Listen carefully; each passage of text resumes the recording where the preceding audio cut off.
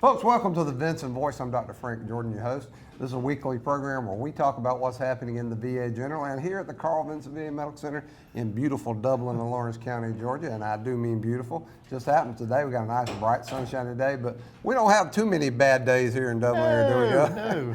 This is Gus Albritton, our every day's a volunteer good day. extraordinary. Yeah, absolutely. Gus Albritton, our volunteer extraordinary. You've seen Gus on the show before. So we figured 2020, first show of 2020, we want to get it off to a good start. And what better way to get it off than to bring on our public face as much as anybody here, Mr. Gus Albritton. So Gus, welcome to the show. Thank you. How were the holidays? Great. Yeah. Yeah, I was on the nice list. You made it. Yeah, I made it on the nice Gus, we had list. talked about last year that it had been many, many years since you'd made it on Santa's nice list. It's been a while. And you had set it as a goal, and it Yeah. looks like you achieved it. So, There's that's a little bribe going on there too. Okay, well, you got there. That's all that Okay. matters. You made it. Fantastic. So, Gus, 2020, we got a lot of exciting things going on here at the We Carl do. Vinson VA Medical Center. One of the things I want to talk about, now by the time the show airs, I don't know if any of our town halls that we're doing right now will people hear about it, but we're doing these things on a regular basis, right? So tell us a little Yes, something about, we've always done town halls here at Carl Vinson VA Medical Center, but Director Whitmer is adamant he wants them. He kind of kicked it in overdrive, right? Yeah, he's taking the show on the road Yeah. to all of our outpatient clinics around Middle Georgia, and he did it earlier last year, and it was very successful. We did it on the Mission Act last year. Right. This year it's going to be Whole Health, and Dr. Matt Geyer, who's in charge of Whole Health, will be going along to explain that program to the veterans and to our stakeholders in our area. Dr. Geyer, another regular on the show. Yeah. So we talk a lot about whole health here on the show. Not so much about the Mission Act, but we're going to correct that. Get some of these gurus here, Gus, that can explain it to us, and then we'll all understand, right? But the town hall, yeah, we've always done town halls here, but we cover 49 counties, middle and southern Georgia. And of course, the big challenge with rural health care, period, is reaching our veterans in those beautiful little nooks and crannies in Georgia. And so taking those town halls on the road helps. So like Gus said, the director usually have something topic he wants to talk about, and then Yeah, kind of exactly, Q and A's Right. and gets comments from the folks. So we're headed to clinics again this time, Gus. What clinics are we going to? We're going to all of our clinics. All the clinics. So that's All the 8, clinics. yeah. We start here in Dublin, and we'll end up, our last clinic will be in Tifton. Oh wow. But we're going from Albany to Brunswick to Milledgeville to Macon to the Warner Robins and Perry area, Right. so we're going to do a walkabout. That's right. Yeah, we're going to do a walkabout. Yeah, around that's our particularly, it's really important now because we're trying to expand our footprint there in Warner Yeah, Robins area. right. It turns out over the years, we have a huge population base of veterans in Macon, that area generally, but a lot of them have shifted toward Warner Robins, so we're kind of expanding our presence there, right? Yes, sir, and he changes the topic up to give more variety to the veterans about what the VA offers and how the veterans fit into everything we do because we're a VA hospital. And to encourage the veterans to be involved in their health care. That's what whole health is all about, Right. the body, the mind, the spirit of the veteran. And it's something we've always done, but now we've got one treatment clinic that handles the entire thing. Wow, that's fine. I tell you what, Gus, this morning I had a conversation with a veteran who came to me and said, I get great health care here at the medical center, but this happened. This got off track. Didn't happen the way I needed it to, and he was apologetic for coming to me. I said, no, wait a minute. Yeah. I said, hold on, the best of organizations cannot possibly know every glitch that's going on. We got to hear about it, and the best way to hear about it is to go to the customer, right? Yes, even Disney World has its problems. I use Disney, guys. You've heard me talk to me the time. Okay. But we do our best to keep everyone happy around here. Right. And it's a task sometimes. It's according to the complexity of what That's we come right. here for. Yeah, and that's what this gentleman had a very complex case, a lot of points that had to be hit. Well, you remember me, I call it passing the baton. You know, Yeah. make sure you pass that baton firmly. If you ever imagine Olympic runners running the relay race, if one of them ever drops it, the race is over for that It's Olympics. over. And I teach our folks here that, and I told him, yeah, a lot of things. I said, but the thing is, as the veteran, as our customer, you shouldn't have to worry about things like that. Exactly. It should be seamless for you. But I'd say, hey, the best of organizations get off track, but again, we have to hear it from our customers, and our town halls help us get that information. Well, I get all of my health care here at the hospital. I get excellent care. Outstanding, yeah. We got a hard-working team, but we all want to constantly be improving. Now, another thing we did recently, Gus, right before the end of the year, we went ahead and did a soft opening on our mental health clinic, right? We did, How yes. did that go? Oh, it went well. I was fortunate enough to be asked by the director to be the speaker at that, and I really enjoyed it, and I look forward to that clinic being fully open now. Now, I brag on Gus a lot about a lot of things, but I'm going to tell you, he asked me before he did that speech. I used to be a communications director here, so Gus is wise enough to seek my counsel once in a while. Yes. He said, you know, Frank, I'm going to do this keynote. What do you think? And I said, well, be Gus. I said, that's your success. Is everybody knows what a great guy you are, how dedicated you are, and I said, you just got a natural storytelling ability. So sure enough, Gus went up there and he was Gus, and he nailed it. It was one of the better presentations I've ever seen. Heartfelt, drew from our history a little bit, and of course you've been here a long time, so you see. You were there when you were there when we were talking about doing it. Yes. You were there when we broke the ground. Yes. So how does it feel to be as a veteran? Because most people don't understand. They see you here so much. I think a lot of them think you're an employee, but you're a volunteer. You don't get paid anything. But you are intimately involved in most of what we do at some level. Well, I try to be a team player. Yeah. And to do what I can to help this hospital complete its mission. And you do a great job. Thank you. But as a veteran, how does it feel to know you're literally in the midst of the planning, the development? Feels good. It feels good, not only to the employees that work here, but to the veterans that come here for help. Right, to give you a sense of ownership. Absolutely. I mean, kind of, yeah. And we feel like you're, again, I forget you're not an employee. Sometimes I start to order you around. I do too, until payday. Then I realize Sometimes I'm I start to not an order you employee. around, and I realize you don't work for me, so I don't think I can do that. Gus is a great guy. Hey, but you know what? Maybe one day. I'm keeping track, Gus. Who knows? Okay. Well, it'll be something extra in your pay bucket one day. I'm sure. So what's I look coming up? forward. What's coming up in 2020 at the VA that excites you, Gus? These town halls and the other far-reaching programs that we have, as the year goes on, Mr. Whitner will break them out and present them. Yeah, that's absolutely right. Yeah, I got to tell you, Dave's out there. He's in the public. He's not sitting in his office. Matter of fact, if you want to find Dave, you've got a better chance walking these halls. No, I heard that. Find his office. And, Very busy man. Yeah, he has office hours on Mondays, so he can coordinate. And he wants everybody to get access, and he wants to hear what they got to say. So he's kind of coordinating that. But yeah, he's out in the halls. He does not sit in the office. He wants to know what's happening. So we're gonna have a big 2020, I think, Gus. Yes, You're gonna stay absolutely. with us another 10, 15 years? Yeah, right. I'll be a goner by then. No, you won't. No, you won't. You're healthy. You're healthy. You're going to be with us. So, folks, if you ever come out to the medical center, we encourage you to visit. You don't have to be a veteran. You can come out here and just see how we're doing, how your tax dollars are being spent.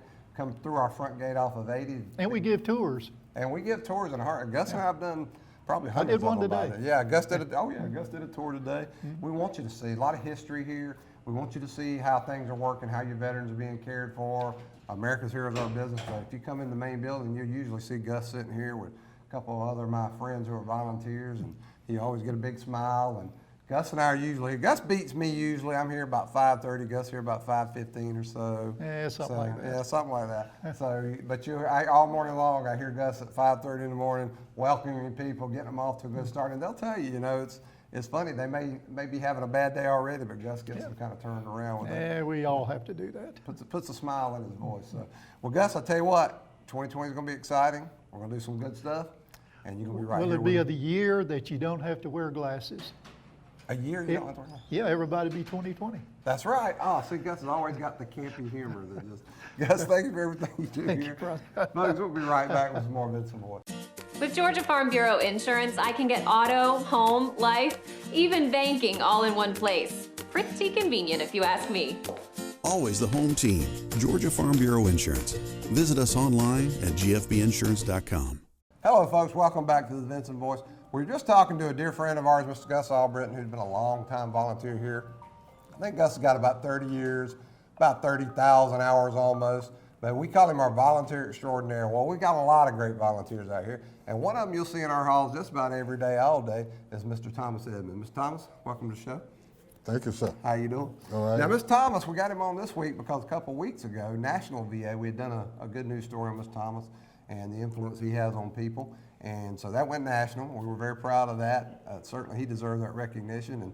So we say, hey, let's get him on the Vinson Voice and talk about why you're here, why you like being here, what you do, and kind of what keeps you going here. Now, Mr. Thomas, you were Army? Yeah. Army. Mostly Army folks. You know? I guess Army's the biggest one. So, Mr. Thomas, tell us what got you here at the Carl Vinson VA Medical Center, what you kind of do here every day, and what keeps you going? What motivates you to come out? Okay, what got me here was that, I did a few, I came through some of the programs, through the programs here, and That's our residential programs in the Dom. Yeah, and then I got into the CWT program. Okay. And I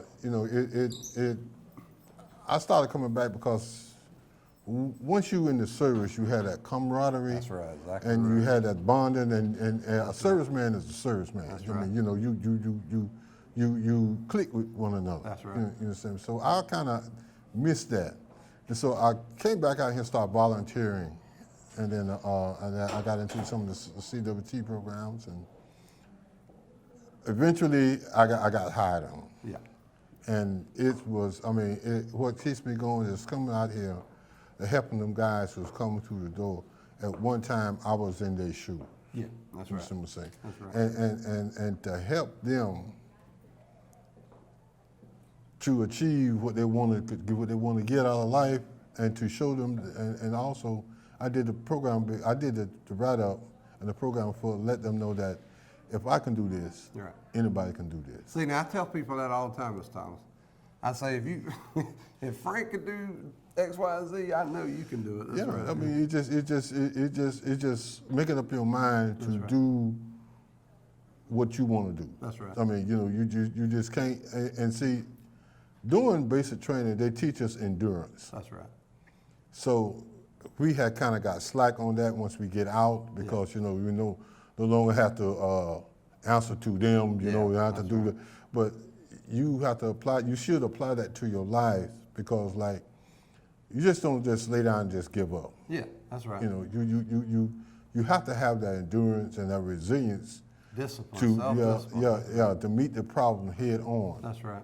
And you got to realize that you have a problem, fix the problem, Yeah.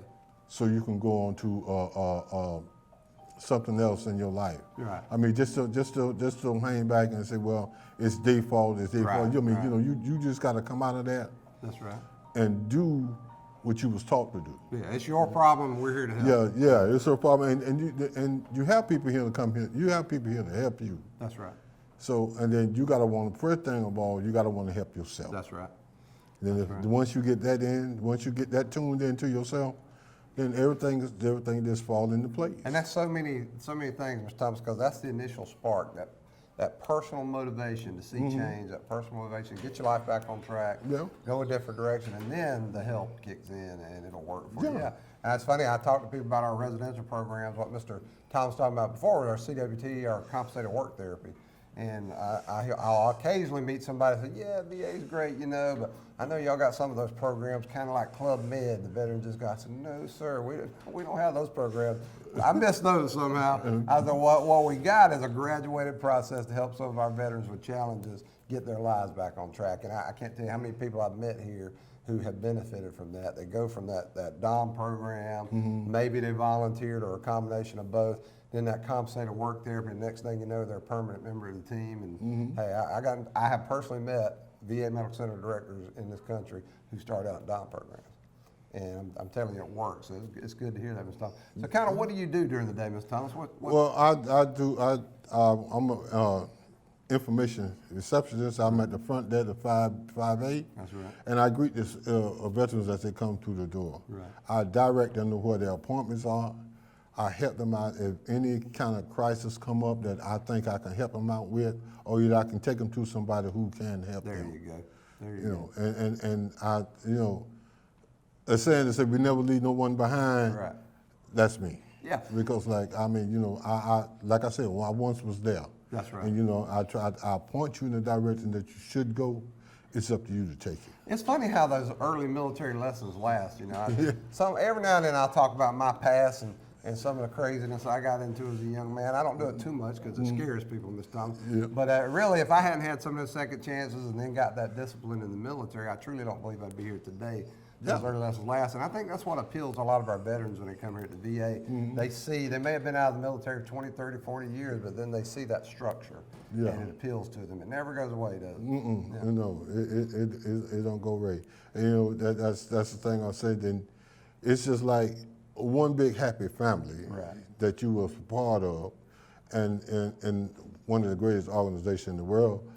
But you once you get out, you kind of miss that camaraderie. Yeah. I mean, you know, and then coming back here and helping these veterans out, you know, you feel more like at home. I feel more like I was back in service. That's right.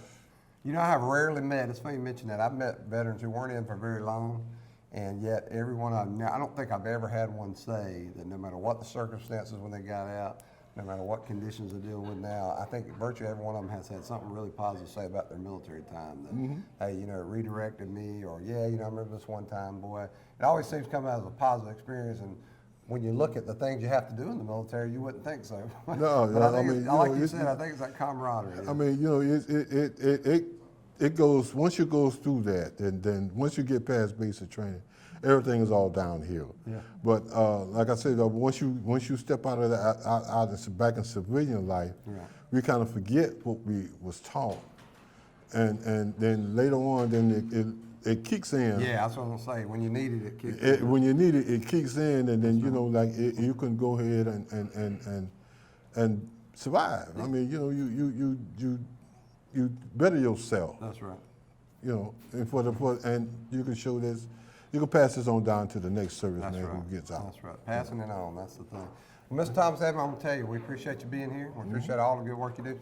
Folks, when you come out to see us, whether you got business here, you need to get some health care, or you just want to come visit us and see what's going on, see what we're like, you'll see Mr. Thomas Edmond sitting up at the information desk over on 5. And like we said in the previous segment, Mr. Gus Albritton, Mr. Robert Tuttle, Mr. Marion Owens, and some other good folks will be at the main information desk. We got people here to help you. Good folks like Mr. Thomas that, like he said, if I don't know it, I know the folks ask and find out. So that's what we're looking for. Mr. Thomas, thank you for what you do. Thank you. Thank you for your service. Thank and you. we're going to have you back on the show, so get used to it. Okay. We're going to make a star out of you, Mr. Okay. Thomas.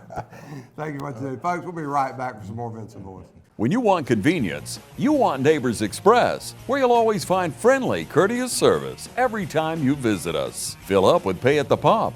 Take advantage of our bigger and better selection of beverages and tobacco products. Enjoy our popular crushed ice with your favorite fountain drink. And you can always enjoy a fresh hot breakfast, lunch, or dinner. So stop by and see us today, where it's always convenient and friendly. Neighbors Express, locations at I-16 at 441 and in Cedar Grove, where we provide farm fuel for all our customers. When you want convenience, you want Neighbors Express. Folks, welcome back to the Vinson Voice. Here we are now with a good friend of mine, Mr. Darren Robinson. And if you notice, Darren's got some problems with his health, a little too skinny. I worry about him out there in the street. So what we're going to do is get him on a program, get him straightened out here. So I don't want y'all worrying about Darren at home. He's going to be all right. I'm going to personally train him. Now, in all seriousness, we were thinking one day, we were looking at hiring a forklift or buying a forklift. We said, you know, that's an awfully expensive piece of equipment. I know this guy down the hall. We'll just hire him to do it. So what Darren does, among other things, if I need something heavy moved, Darren just moved for it. Darren, what's going on, man? Hey, nothing much, man. How you doing, Frank? Army, right? Army, Oh, all the you way. Army guys. Whoa. You know what? I should have been. I was a Navy guy. Love the Navy. I should have been an Army, though. I'll tell you why. Because I wanted to travel. And so, I don't know, in my 17-year-old mind, travel, you get on a boat, right, man? Right. Yeah, well, Sometimes. I got news for you. I should have gone to the Army. I could have gone A lot of Germany. places. Yeah, that'd been a better choice. And the Army, they got a good team there. They got a good team. Navy do too. Navy's You good. guys Navy's are good. good. We're all they- a team. They quit letting us have beards years ago. I don't know if that's that kind of bummed me out. But anyway. Right. So Darren, you're in the mailroom now. Kind of tell us what you do down there. I'm the lead mail clerk down in the mail room. I facilitate the whole facility, mail going in, mail going out, FedEx, UPS. We also do priority mail.